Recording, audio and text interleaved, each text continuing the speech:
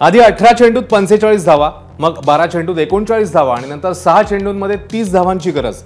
तरीही सामन्यामध्ये बाजी मारणार कोण हे कळत नव्हतं.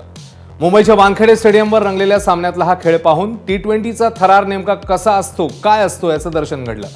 त्यातही भारताने बाजी मारली आणि अवघ्या भारतात आनंदोत्सव सुरू झाला. भारताने 253चा महाकाय स्कोर उभा करूनही इंग्लंडचे प्रयत्न या सेमीफायनलमध्ये अवघ्या 7 धावांनी अपुरे पडले आहेत. इंग्लंडने दिलेल्या या फाईटच्या बद्दल त्यांची पाठ थोपटावी लागेलच. जेकब बेथेल नावाच्या प्रतिभावान युवा खेळाडूने इंग्लंडच्या आव्हानातली दुगदुगी कायम ठेवत सामना शेवटच्या षटकापर्यंत खेचला. बटलर आणि ब्रूक हे दोन अनुभवी फलंदाज बाद झाल्यावर त्याने जी जिगर दाखवली त्याला तोड नाहीये. तो मैदानात चौफेर चेंडू टोलवत असताना भारतीय फॅन्सचं ब्लड प्रेशर आणि हृदयाची धडधड कशी होती याचा अनुभव आपण साऱ्यांनीच घेतलाय. खेळाच्या तिसऱ्या अंगातला अर्थात क्षेत्ररक्षणातला आपला उंचावलेला दर्जा आज आपल्याला सामना जिंकून देण्यात महत्त्वाचा ठरलाय.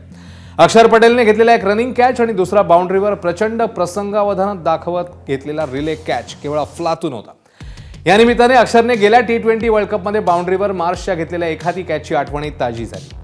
अक्षरची मैदानातली चपळाई, त्याच्या उंचीमुळे तो कव्हर करत असलेला अंतर आणि त्याचं उंच कॅचेस पकडताना ते नेमके हेरण्यासाठी धावण्याचं कसब केवळ अफलातून.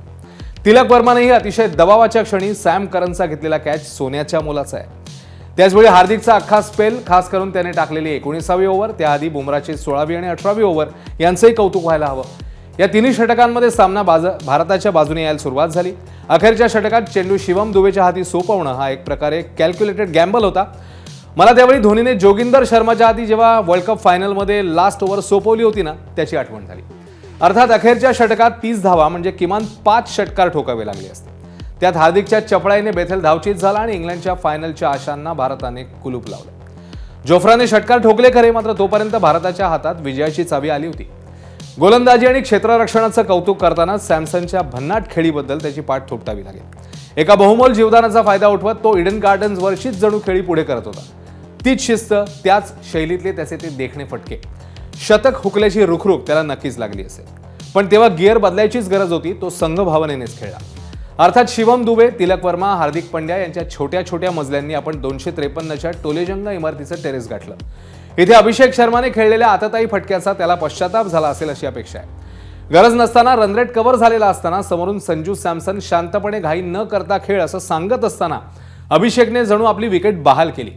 आता फायनलमध्ये ही चूक त्याने टाळायला हवी अशी अपेक्षा करूया. फायनलमध्ये आता किवी समोर आहेत. दक्षिण आफ्रिकेसारख्या तगड्या टीमला एक हाती त्यांनी धूळ चारली आहे आणि फायनल गाठली आहे. तेव्हा आणखी एक रोमहर्षक सामना होईल आणि भारताचा T20 विश्वचषकाचा सलग दुसऱ्या विजेतेपदावर रविवारी शिक्कामोर्तब होईल अशी अपेक्षा बाळगूया.